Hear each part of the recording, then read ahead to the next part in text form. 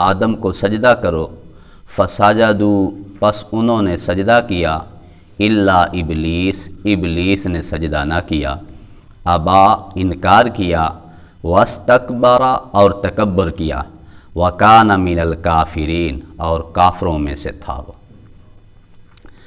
یہ سورۃ البقرہ کی آیت نمبر 34 ہے۔ اس میں اللہ رب العزت نے فرمایا کہ ہم نے فرشتوں کو یہ حکم دیا کہ آدم کو سجدہ کرو۔ سب فرشتوں نے سجدہ کر لیا، ابلیس نے سجدہ نہ کیا، اس نے انکار کیا، تکبر کیا، کافروں میں سے ہو گیا۔ دیکھیں اللہ رب العزت نے جب حضرت آدم علیہ السلام کو بنانا چاہا، مفسرین نے لکھا اللہ نے جبرائیل کو حکم دیا جاؤ جا کر مٹی لے کے آؤ۔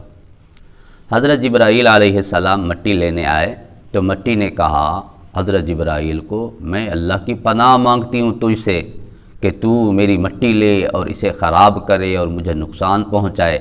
جب مٹی نے اللہ کی پناہ مانگ لی، حضرت جبرائیل واپس چلے گئے۔ اللہ وہ تو ایسے ایسے پناہ مانگ رہی ہے، میں نے تو مٹی نہیں لی۔ اللہ نے میکائیل علیہ السلام کو حکم دیا جاؤ تم لے کے آؤ۔ حضرت میکائیل علیہ السلام کے سامنے بھی مٹی نے ایسے ہی کہہ دیا۔ اب حضرت ملک الموت کو اللہ نے بھیجا، ملک الموت نے کہا میں اللہ کی پناہ مانگتا ہوں اس بات سے، اللہ مجھے ایک کام کا حکم کرے اور میں نہ کروں، میں کر کے جاؤں گا۔ حضرت ملک الموت نے مٹی لے لی اور مختلف جگہوں سے لے لی، کہیں سرخ مٹی، کہیں سیاہ مٹی، کہیں دوسری مٹی، یہ لے لی۔ اس لیے فرمایا جو بندوں کی رنگتیں مختلف ہیں یہ مٹی کی مکسنگ کی وجہ ہے۔ اب وہ مٹی جس طرح اللہ رب العزت نے بنایا، پہلے مٹی جس طرح آج کل ہم دیکھتے ہیں نا برتن بناتے ہیں، مٹی لیتے ہیں، مٹی پیاری مٹی لیتے ہیں، پھر اسے صاف کرتے ہیں، پھر مٹی کو گوندتے ہیں، گوندھ کے برتن بناتے ہیں، برتن بنا کے پھر خشک کرتے ہیں، پھر اس کو پکاتے ہیں۔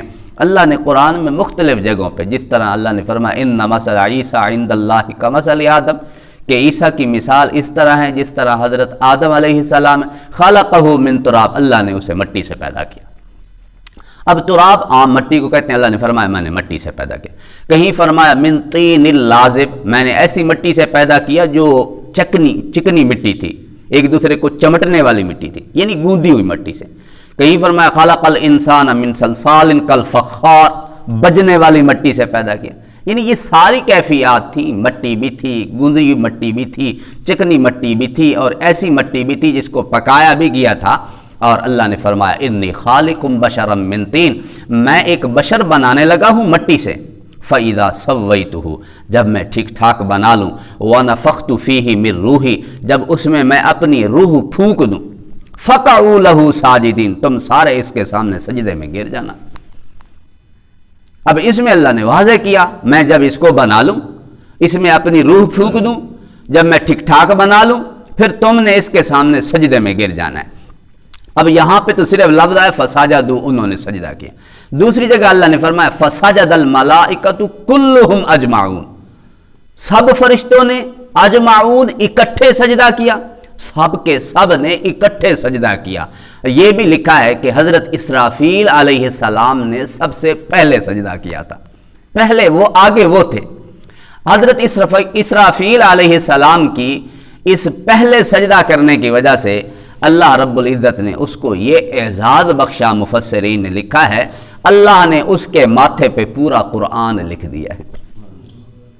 ایک قرآن لوح محفوظ میں محفوظ ہے، ایک میرے نبی علیہ السلام کے سینے میں محفوظ ہے، اور پھر اللہ نے حضرت اسرافیل علیہ السلام کے ماتھے پہ بھی پورا قرآن لکھا ہوا، اور ان کو یہ اعزاز کس وجہ سے ملا؟ سب سے پہلے سجدے میں گرے۔ تو اس میں یہ آ گیا۔ اب یہ بات کہ جن کے متعلق تو آتا ہے، ابلیس کے متعلق قرآن میں دوسری جگہ کان من الجن، وہ تو جنوں میں سے تھا۔ کان من الجن، حضرت ابلیس، حضرت معاذ اللہ ابلیس جو تھا وہ تو جنوں میں سے تھا۔ اس نے کیا کیا؟ اور اللہ نے آگے بھی فرمایا فَفَسَقَ عَنْ أَمْرِ رَبِّ، اپنے رب کے حکم سے سرتابی کی، نافرمانی کی، مردود ہوا، دھتکارا گیا، تھا جنوں میں سے۔ اور ادھر یہ جو آیا، اللہ کہتے ہیں میں نے فرشتوں کو کہا تھا تم سجدہ کرو، اللہ نے تو جنوں کو کہا ہی نہیں تھا۔ پھر یہ ابلیس کو دھتکارنا، ابلیس کو نکالنا، ابلیس کے متعلق اسے مردود قرار دیا، کہیں فرمایا رجیم، میں نے اسے مردود قرار دیا، یہ پھر کیوں ہوا؟ اللہ نے تو ابلیس کو حکم ہی نہیں دیا تھا۔ دیکھیں قرآن میں ایک جگہ اگر اجمال ہو، دوسری جگہ اس کی تشریح بھی ہوتی ہے۔ اب اللہ نے قرآن مجید میں ایک جگہ پہ فرمایا ما منعک اللہ تسجد اذ امرتک، سورۃ اعراف میں اللہ نے فرمایا تجھے کس چیز نے روکا اس کو سجدہ کرنے سے، اذ امرتک، جب میں نے تجھے حکم دیا تھا۔ اس سے پتہ چلتا ہے کہ اللہ نے ابلیس کو اسپیشلی بھی حکم دیا تھا تو سجدہ کر، لیکن ابلیس ایسا خبیث سجدہ نہیں کیا۔ اور ساتھ یہ بھی مفسرین نے سمجھایا ہے جب اعلیٰ کو حکم ملے نا، ادنا کا حکم ساتھ ہی ہوتا ہے۔ جب اعلیٰ کو حکم، فرشتے اعلیٰ تھے، جب اللہ نے اعلیٰ کو حکم دے دیا کہ تم نے سجدہ کرنا ہے، ابلیس بھی ان کے اندر شامل تھا، رہتا بستا ان کے اندر تھا، جب اعلیٰ کو حکم ملا تو اس کو آٹومیٹکلی سجدہ کرنا چاہیے تھا۔ جس طرح سردار جب کوئی کام کرے، نوکر تو پہلے ہوتے ہیں۔ اللہ نے قرآن میں اس طرح کی مثالیں دی ہیں، جس طرح اللہ نے حضرت موسیٰ کو فرمایا جا تو فرعون کے پاس سرکش ہو چکا ہے۔ اب حضرت موسیٰ علیہ السلام کی پوری امت تھی، بنی اسرائیل تھے، قبطی تھے، جانا تو سب کے پاس یہ تھا، بس ایک سردار کا حکم دے دیا، گویا سب کا حکم آ گیا۔ ایسے اللہ نے قرآن میں فرمایا وَقَرْنَ فِي بُيُوتِكُنَّ، اللہ نے اپنے محبوب کی بیویوں کے بارے میں فرمایا تم گھروں میں ٹھہری رہو، پردے میں رہو، وَلَا تَبَرَّجْنَ تَبَرُّجَ الْجَاهِلِيَّةِ الْأُولَىٰ، پہلے زمانے کی عورتوں کی طرح بناؤ سنگار کر کے باہر نہ نکلا کرو۔ اب اللہ نے اعلیٰ کو حکم دے دیا، حضور کی بیویوں کو حکم دے دیا، طبعاً ہم سب کی بیویاں، عورتیں، بیٹیاں سب شامل ہیں۔ جب اعلیٰ کو حکم ہے تو ادنا کو کیوں نہیں؟ تو اسی طریقے سے جب اللہ نے فرشتوں کو جو اعلیٰ تھے ان کو حکم دیا تم سجدہ کرو، آٹومیٹکلی شیطان بھی اس کے اندر شامل تھا۔ اس کے ساتھ ساتھ یہ بات کہ اللہ نے اسپیشلی اس کے متعلق فرمایا بھی وَمَا مَنَعَكَ أَلَّا تَسْجُدَ إِذْ أَمَرْتُكَ، تجھے کس چیز نے منع کیا تھا سجدہ کرنے سے جب میں نے تجھے حکم دیا تھا۔ اب اگلی بات یہ کہ اللہ نے جو حکم دیا سجدہ کرنے کا، ایک سجدہ ہی تھا نا، ہم کتنے سجدے چھوڑ دیتے ہیں؟ ایک سجدہ تھا نا، سجدہ نہیں کہ چلو بد عملی تھی، یہ فسق تھا، یہ اس کا غلط کام تھا، اب ایسا تو نہیں اسے مردود قرار دے دیا، کافر قرار دے دیا، دھتکار دیا ہمیشہ کے لیے، یہ تو اس کے ساتھ گویا معلوم ایسے ہوتا ہے جیسے زیادتی ہو گئی اس کے ساتھ۔ فرمایا صرف سجدے کا انکار کرتا نا وہ اور بات تھی، اب اس نے کیا کیا، اللہ پر اعتراضات شروع کر دیے، تعویلیں دینے لگ گیا، دلائل دینے لگ گیا۔ قرآن میں وہ دلائل موجود ہیں، اس نے کہا انا خیر من، اللہ میں تو اس سے بہتر ہوں، خلقتنی من نار، اللہ تو نے مجھے آگ سے بنایا، وخلقتہ من طین، اسے تو نے مٹی سے بنایا، اللہ آگ بلند ہے، آگ بہتر ہے، میں کیوں اسے سجدہ کروں؟ اس لیے ایک میں نماز نہ پڑھوں، ایک میں کہوں یار یہ کیسی نماز ہے، یہ سرین اوپر کو اٹھانی پڑتی ہے، سر نیچے کو لانا پڑتا ہے، یہ عجیب، اللہ نے میں اس طرح کی اگر میں دلائل دینے لگ جاؤں، باتیں کرنے لگ جاؤں، مجھ سے نہیں پڑھی جاتی، اللہ کو بس میں ہی ملا تھا، تو یہ تو کلمہ کفر ہو جاتے ہیں، غلط باتیں ہو جاتی ہیں۔ شیطان نے ایک تو سجدہ نہیں کیا، اوپر سے دلائل دینے لگ گیا، اور تکبر اپنے اندر آ گیا، حسد آ گیا۔ روایات میں لکھا ہے سب سے پہلا گناہ جو آسمان پہ ہوا اور وہ زمین پہ بھی ہوا، وہ پہلا گناہ حسد تھا۔ شیطان نے حسد کیا تھا کہ خلافت اس کو کیوں مل رہی ہے، مجھے کیوں نہیں مل رہی، انا خیر من، اس سے بہتر تو میں ہوں۔ اسجد لمن خلقت طینا، دوسری جگہ اللہ نے قرآن میں فرمایا کیا میں اسے سجدہ کروں جسے تو نے مٹی سے بنایا؟ تو اس کی بڑی باتیں ہیں، تو اس نے اس طرح کی بات کی تو اللہ نے اسے دھتکار دیا ایک سجدے کے انکار کی وجہ سے۔ آج ہم ہیں اگر صرف فرائض ہی لے لیں، کتنے فرائض کے سجدے بنتے ہیں، وتر بھی ساتھ ملا لیں 40 سجدے بنتے ہیں، سنت نوافل اگر رہنے دیں، وتر کو ساتھ ملا لیں، فرائض ساتھ ملا لیں، 20 رکعتیں بنتی ہیں، 40 سجدے بنتے ہیں۔ اگر میں وہ چھوڑ دوں تو پھر میرے ساتھ کیا بنے گا؟ اللہ تعالی ہم سب کی حفاظت فرمائے۔ اور شیطان، اور اس کی پہلے کی کیفیت کیا ہے، یا تو کہو نا پہلے ہی غلط تھا،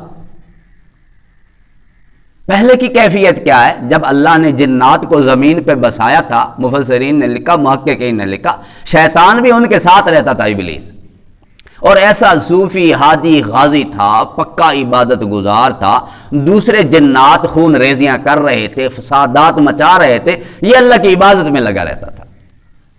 جب اللہ نے فرشتوں کو بھیجا، جاؤ جا کر ان جنات کو بھگا دو، جزیروں میں بھگا دو، ختم کرو، ان کو سزائیں دو، فرشتے آئے، فرشتوں کے ساتھ ابلیس بھی ساتھ تھا، اس نے بھی ان کے ساتھ مل کے دوسرے جنات کو بھگایا۔ اور پھر فرشتوں کی درخواست کرنے پر اللہ یہ تو تیرا اتنا بہترین ہے، عبادت گزار ہے، اللہ نے فرشتوں کی سفارش پر اسے آسمان پہ رہنے کی اجازت دے دی تھی کہ اتنا بہترین عبادت کرنے والا۔ لیکن جب یہ بات آئی اندر حسد کی کہ خلافت مجھے مل جاتی، تکبر کیا، اکڑ کیا، اسی لیے تو میرے نبی نے فرمایا نا، لا يدخل الجنت من کان فی قلبہ مثقال حبۃ من خردل اور من کبر، میرے نبی نے فرمایا جس کے دل میں ایک رائی کے دانے کے برابر بھی تکبر ہوگا جنت میں نہیں جائے گا، ایک رائی کے دانے کے برابر۔ اور حسد، اس نے حسد والا کام کیا، اس کے بارے میں میرے نبی نے فرمایا الحسد یاکل الحسنات کما تاکل النار الحطب، حسد نیکیوں کو ایسے کھا جاتا ہے جیسے آگ لکڑی کو کھا جاتی ہے۔ حسد بھی نیکیوں کو کھا رہا ہے، اگر دل میں تکبر ہے تو پھر جنت میں نہیں جائے گا۔ اسی لیے میرے نبی نے ایک حدیث میں فرمایا، اللہ فرماتے ہیں الکبریاء ردائی، تکبر میری چادر ہے، جو کھینچے گا نا، اس کا مفہوم سنا رہا، جو کھینچے گا اللہ کہتے میں اسے جہنم میں ڈالوں۔ تکبر ہمیں نہیں سجتا، تو شیطان نے تکبر کیا، دلائل دینے لگ گیا۔ اب رہی یہ بات، یہ سجدہ کیسا تھا؟ یہ سجدہ عبادت کا تھا یا تعظیم کا تھا؟ سجدہ عبادت کا تھا یا تعظیم کا تھا؟ مفسرین نے لکھا یہ سجدہ تعظیمی تھا۔ عبادت کا سجدہ اللہ کے علاوہ کسی اور کو کرنا پوری کی پوری جتنی شریعتیں تھیں سب شریعتوں میں حرام رہا ہے۔ یہ سجدہ تعظیم کا تھا کہ حضرت آدم کی تم نے تعظیم کرنی ہے، اللہ نے مسجود الملائکہ بنایا، اللہ نے حضرت آدم کو، بشر کو فرشتوں پر فضیلت دی، اور سب سے پہلے بشر کی فضیلت کا انکار کرنے والا ابلیس نکلا ہے۔ اسجد لمن خلقت طینا، میں اسے سجدہ کر دوں جس کو تو نے مٹی سے بنایا، بشر ہے، آدمی ہے، میں کیوں سجدہ کروں؟ خلقتنی من نار، اللہ تو نے مجھے آگ سے بنایا، وخلقتہ من طین، سے تو نے مٹی سے بنایا۔ تو بشر کی فضیلت کو سمجھیں بھی، بشر کی بڑی اعلیٰ فضیلت ہے، اللہ نے اسے مسجود الملائکہ بنایا ہے۔ یہ سجدہ تعظیمی تھا، اور یہ تعظیمی سجدہ حضرت یوسف علیہ السلام کو ان کے بھائیوں نے بھی کیا تھا، ان کے والدین نے بھی کیا تھا، اور یہ تعظیمی سجدہ سب فرشتوں نے کیا حضرت آدم کو۔ اب اسی کو لے کے کہ تعظیمی سجدہ بعض حضرات سمجھتے نہیں ہیں، وہ کہتے ہیں جی تعظیمی سجدہ فرشتوں نے بھی کیا تھا، تعظیمی سجدہ حضرت یوسف کے بھائیوں اور والدین نے بھی کیا تھا، لہذا ہم بھی اپنے پیروں کو، بڑوں کو، استاد کو، شیخ کو، مشائخ کو، قبروں کو ہم کرتے ہیں۔ تو یہ غلط بات ہے۔ دیکھیں آسمان کے احکام اور ہوتے ہیں، زمین کے احکام اور ہوتے ہیں۔ اللہ نے آسمان کے جو احکام دی وہ اور پھر یہ بھی دیکھیں کیا فرشتوں نے حضرت آدم کی فضیلت کو دیکھ کے، اس کے چہرے کو دیکھ کے، اس کی وجاہت کو دیکھ کے، اس کے بڑے پن کو دیکھ کے فرشتے خود سجدے میں گئے تھے یا اللہ نے حکم دیا تھا؟ ایسے اللہ نے حکم دیا تھا، خود تو نہیں گئے تھے۔ ان پیروں کو دیکھ کے، ان ولیوں کو دیکھ کے، ان بزرگوں کو دیکھ کے ہم خود سجدہ نہیں کر سکتے، اگر اللہ نے حکم دیا تو ہم کرتے ہیں۔ میرے نبی نے فرمایا میں اگر کسی کو سجدے کا حکم دیتا، سب سے پہلے بیوی کو حکم دیتا خاوند کو سجدہ کرے، لیکن میری شریعت میں اللہ کے سوا کسی کے لیے سجدہ ہے ہی نہیں۔ اور حضرت یوسف کو جو بھائیوں نے سجدہ کیا تھا، حضرت یوسف کا خواب تھا، انی رأیت احد عشر کوکبا، میں نے 11 ستارے دیکھے، والشمس والقمر، سورج چاند کو دیکھا، رأیتہم لی ساجدین، مجھے سجدہ کر رہے ہیں۔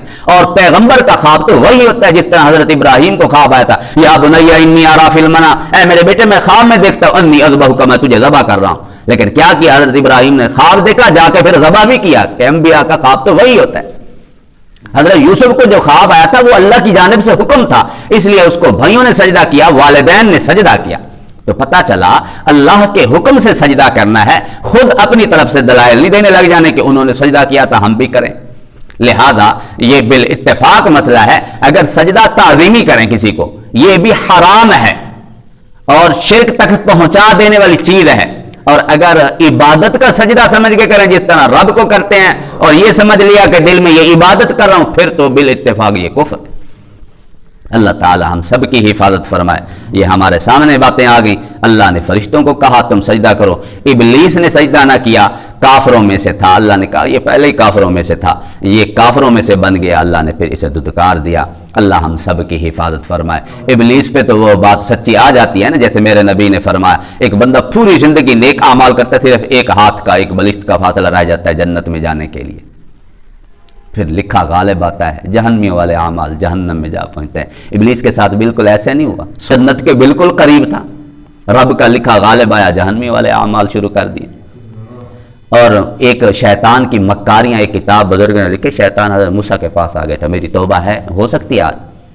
حضرت موسیٰ نے اللہ سے عرض کیا اللہ اس کی توبہ ہو سکتی؟ اللہ نے فرمایا حضرت آدم کی قبر پہ سجدہ کر دے پھر بھی توبہ ہو سکتی ہے۔ انہوں نے کہا میں جب زندہ تھا نہیں کیا تھا سجدہ، آج کیسے کروں؟ مکار ہے، اللہ اس کی مکاریوں سے ہم سب کی حفاظت فرمائے۔